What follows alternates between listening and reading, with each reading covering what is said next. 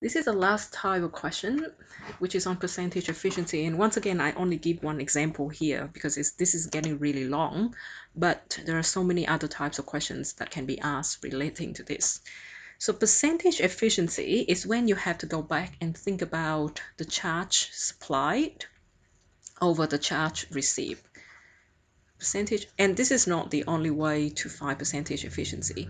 You can find percentage efficiency as mass, the actual mass of product over the theoretical amount of product.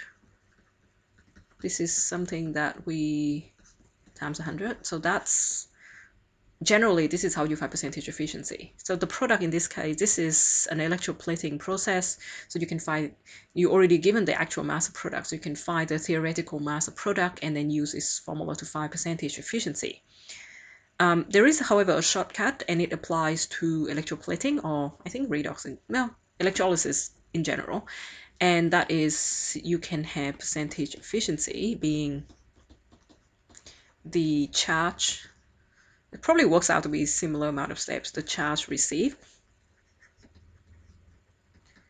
over the charge supply. So it's up to you which formula you want to use.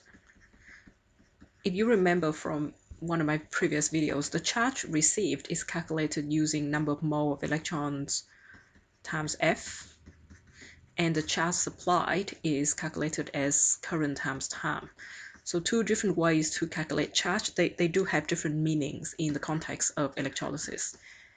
So let's use this one because it's new, but you can always go back and use the general equation formula. All right, so the charge supply, because I have current, when a current of 5 amps, so current 5 amp will supply for 10 minutes, time is 600 seconds.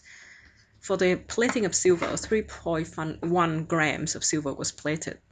So mass of silver is 3.1 grams. I still need to write the equation for the reaction at the cathode just to establish the mole ratio between the product and the electrons.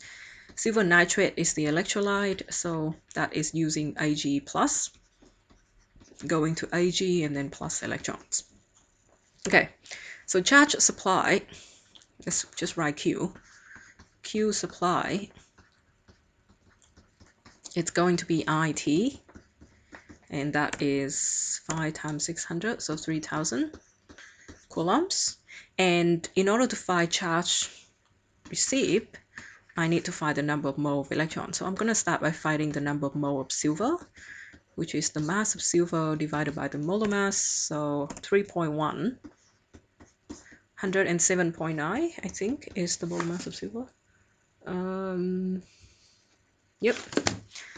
I used to remember it as 108, but it's actually a long story behind 108 and why I remember it, but I'm not going to tell you because I'm getting distracted. 0.287 mole. All right, if you go back to the equation, the mole ratio here is actually very easy. The mole ratio here is 1 to 1. So that's good. So it's just equal to each other. So the number of mole of electrons in this case is also 0.0287 mole. I think this is the first example when you have a 1 to 1 mole ratio between electrons and silver. So you can find the Q received, which is n of electrons times Faraday's constant, so 0.0287 times 96,500, 2,772.47.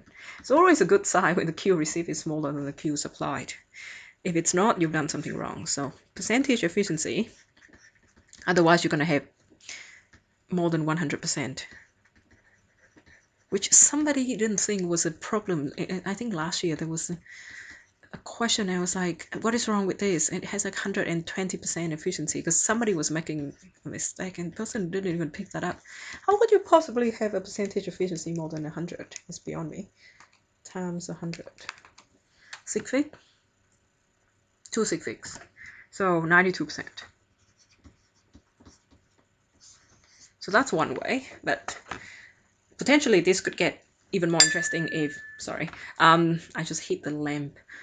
If I give you the percentage efficiency and then you have to work backwards. But I'm not gonna go through an example of this right now. We'll do that later. That's the last example. Thank you.